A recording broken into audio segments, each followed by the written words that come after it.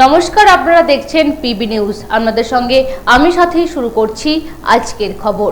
ষষ্ঠ দফা ভোটের নমিনেশন পর্বের দ্বিতীয় দিনে জেলাশাসকের কাছে নিজের নমিনেশন দাখিল করলেন বাঁকুড়ার বিদায়ী সাংসদ তথা কেন্দ্রীয় শিক্ষা প্রতিমন্ত্রী ডক্টর সুভাষ সরকার।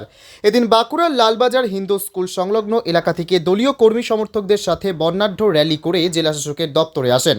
সঙ্গে উপস্থিত ছিলেন রাজ্য বিজেপির অন্যতম নেতৃত্ব কৌস্তব বাগচি। জেলার বিভিন্ন প্রান্ত থেকে বিজেপি কর্মী সমর্থকদের সাথে নিয়ে মাচান্তা পর্যন্ত আসেন।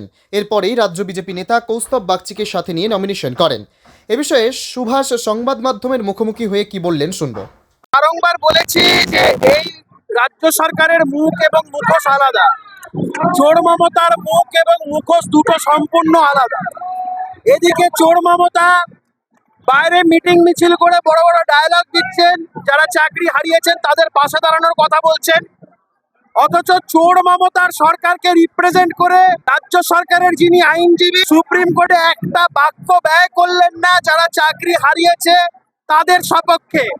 সরকারের শুধুমাত্র একটাই চিন্তা যে কিভাবে নিজেদের পিঠের চামড়া বাঁচানো যায় আর কি করে নিজেদের গোটা চোর মন্ত্রিসভাটাকে জেল থেকে বাইরে রাখা যায়। এটাই সরকারের প্রাইম কনসিডারেশন ছিল বিপক্ষে সুপ্রিম কোর্ট, এবং এটাই তাদের আর্গুমেন্টের মূল পয়েন্ট। বারবার করে যে কুমিরের অশ্রু মমতা বন্দ্যোপাধ্যায় দেখাচ্ছেন বিভিন্ন সভাতে গিয়ে, সেটা শুধুমাত্র নাটক মাত্র, সেটা মমতা বন্দ্যোপাধ্যায়ের মুখোশ মাত্র। চাকরি যারা হারিয়েছে তাদের প্রতি ন্যূনতম সহানুভূতি মমতা বন্দ্যোপাধ্যায় নেই। যদি থাকতো তাহলে রাজ্য সরকারের যিনি আইনজীবী সুপ্রিম কোর্টে তাদের সপক্ষে কথা বলতেন, যেটা উনি বলেন।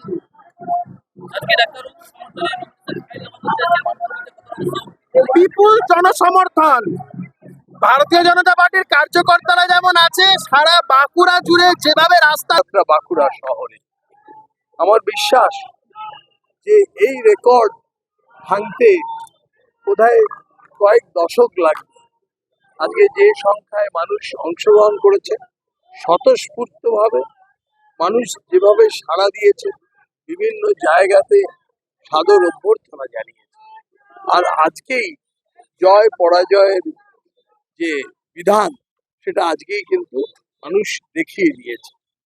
আর তার সঙ্গে সঙ্গে এই যে মনোনয়নের শোভাযাত্রায় আমি কি করেছি তাও আছে, আমার কি ভিশন তাও আছে। সবাইকে, বাঁকুড়াবাসীকে আমার অনেক অভিনন্দন, সবার আশীর্বাদ চেয়ে আমি মনোনয়ন